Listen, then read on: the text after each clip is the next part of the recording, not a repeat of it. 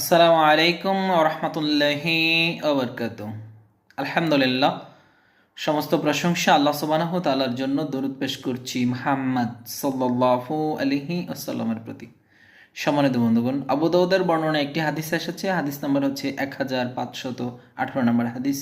আল্লাহ রাসূল সাল্লাল্লাহু আলাইহি ওয়াসাল্লাম বলছেন যে ব্যক্তি তার জীবনে আস্তাগফারকে আবশ্যক করে নেবে, আল্লাহ সুবহানাহু ওয়া তাআলা তার সমস্ত পেরেশানি দূর করে দিবেন, তাকে শান্তি দিবেন এবং এমন এক জায়গা থেকে তিনার রিজিকের ব্যবস্থা করে দিবেন যা সে কখনো কল্পনাও করতে পারে না। সুবহানাল্লাহ।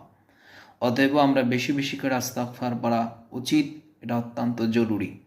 আল্লাহ সুবহানাহু ওয়া তাআলার কাছে বেশি বেশি করে তওবা ইস্তেগফার পড়া আমাদের জন্য আবশ্যক করে নেওয়াটা উচিত। আল্লাহ সুবহানাহু ওয়া তাআলা আমাদের প্রত্যেককেই তৌফিক দান করুক। আল্লাহ সুবহানাহু ওয়া তাআলার কাছে বেশি বেশি করে ক্ষমা চাওয়ার জন্য তৌফিক দান করুক এবং সহজ সরল সঠিক রাস্তায় চলার জন্য তৌফিক দান করুক। আমিন ইয়া রব্বুল আলামিন।